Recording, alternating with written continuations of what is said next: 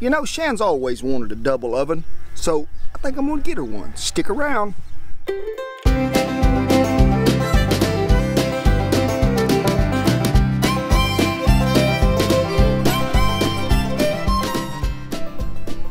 These ain't Lego blocks, and I ain't stacking them just for the fun of it, but I am stacking them for a very important reason. And there's two of them really that I think cover it all. One is conserving heat, other than is conserving room, how much room you got to cook this stuff in. Right, so when you're stacking ovens, and let's get this, go ahead and put this on a trivet. Now if this was normal, we'd put coals around the outside edge. We're going to do that. But we'd load this top up because there wasn't nothing going to be on it. So let's go ahead and put us some of these good hot coals. Really they're not. I'm just having them here so you can sort of see where coal placement is going to be. Do an outside edge around this thing. Folks, you see this ring around the bottom just like I would if I was normally cooking. And if we wasn't going to stack our oven, we'd just load the top of this thing up about level full with coals. But you can't do that when you're stacking an oven if you don't want to burn something. So let's get us a trivet. Get us an oven over here pretty handy. Now you can do this two ways. You can go ahead and put your oven on there. And then put your coals around it. But I like to put them on there before I ever put the oven on there. Just going to go around the outside edge of this.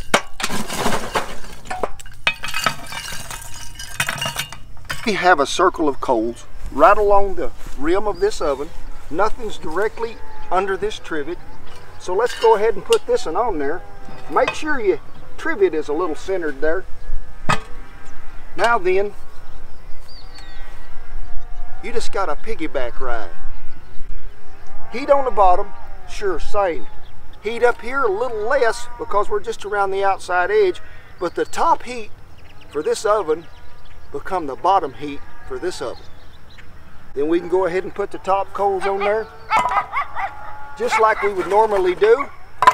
But you have to remember, if you were stacking another oven on top of this, it would go back to the outside edge again. Let's talk about the heat factor. What does heat do? Heat rises. Now there's no wind this morning, so this heat is going to rise, coming up from here, coming up from here. Now, this is the biggest oven, and the biggest oven's always got to be on the bottom if you're stacking. We are good and hot down here on the bottom. We got less coals here, but we have heat radiating from here and here to this oven. So if there's not much of a breeze going on, both these ovens is what I call hot. They are going to cook. Now sure, we could be on a short trivet here, maybe if we was cooking something different than a pie or cake or bread, but this is a tall trivet, so this oven probably not right now is going to be as hot as this oven on the bottom. But if the wind's blowing, you're going to change that somewhat of it. Keep in mind, you're going to have to check this with your 5-second rule that we've always told you about a hand away from it, and can you hold it more than 5 seconds? I guarantee you couldn't right now if them was hot coal, which means it is hot and it's doing its job. Now folks, it's pretty obvious. This 16 is the biggest oven out of him and this 14, so 16's on the bottom. But say you got two 12s you're stacking. What are you going to put on the bottom? The one that you're not going to check as often. Ain't that right, Beagle? So always make sure the thing that you need to check the most is up here on the top. Like bread, cakes, brownies, pie. You can put them baked potatoes down here, or maybe a casserole, maybe some kind of meat. But you're not going to have to check it as often as what you're going to have to check this one on top. So make it handy, make it convenient. You can see on the bottom, we got this sitting on the trivet, I think Shan showed you. And trivet is going to give you distance. We've talked about that from what you're cooking, if you want to slow it down, speed it up. So I got baked potatoes in here, let's say. They're on that trivet on the bottom. But I got me some brownies in here I want to have for dessert. So I'm on a taller trivet because I'm wanting to try to cook slow. Still going to have to rotate these ovens. But say you ain't got a trivet.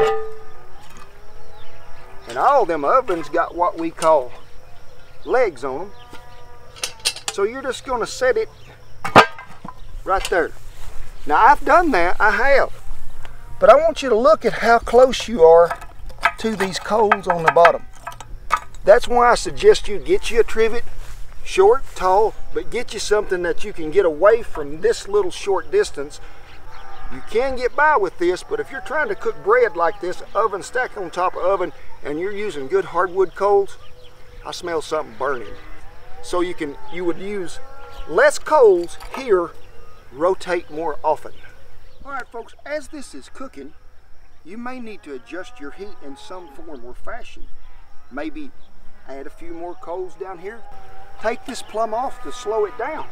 Maybe you need to take the coals plumb off the top of this one, but leave them on that one. Your cobbler's getting brown on top, but you need to cook it a little more on the bottom. Just slow it down. I have stacked 4 ovens high. I don't recommend it. I like to just keep it 2 if I can. You have to remember, you need to sort of be on level ground, and you got to be pretty mindful of, I want to stay in the middle placing these trivets, because see what you got here? The leaning tire of Dutch oven. Wasn't made in Italy, it's made on crooked ground is what it was. So be careful when you're stacking something that high. Sure, you're conserving more heat, but if you get one of these off center too much and you go to checking something, things will fall off there and then you ain't got nothing left to eat. I got a little bonus for you, and sorry it's not Franco, the wonder dog, as he is here helping us today, aren't you, Franco? It is, do you have to cook somewhere where you can't build a fire directly on the ground? I've been in them places. Or maybe the grass so dry you think you're going to catch the whole pasture on fire. Now we had this built for us where we can put an oven on there, we put some trivets on there, you can put some coals on there. It's just square tubing, flat sheet metal welded to it, got some 12-inch legs, got a backsplash around it 3 ways. Keep them coals from falling off the back or the sides. If you're going to make it very big, you need to go ahead and put these braces in it. But if it's just half this size and you come across here from here to here, I'd still go ahead and brace it one time in the middle, because when that metal gets hot, it tries to warp, tries to bend, go somewhere. So just make sure you got it good and braced and get it tacked down good, welded good. We put legs on ours to where they'll come off, makes it easier to haul. Stick them right in there, they'll pin right through there. So make something that's feasible for you. Hey, if this is a stationary rig and you're going to use it all the time, make it where it's about waist high. You ain't got to bend over near as much. Shan's going to have a link or something where you can maybe find, hey, go to Amazon, get you a smaller version of this little cooking table. So we're glad you took time out of your busy day to stop by here and visit with us today. We hope you learned something about trying to conserve some heat, save some coals. Maybe you're a little confined on space. We hope it helped you. I don't suggest to you, if your wife wants a double oven, I don't think this is what she has in mind. I'm just going to save you one of them noggin beaters on your head with a rolling pin. God bless you each and every one, and hit the subscribe button.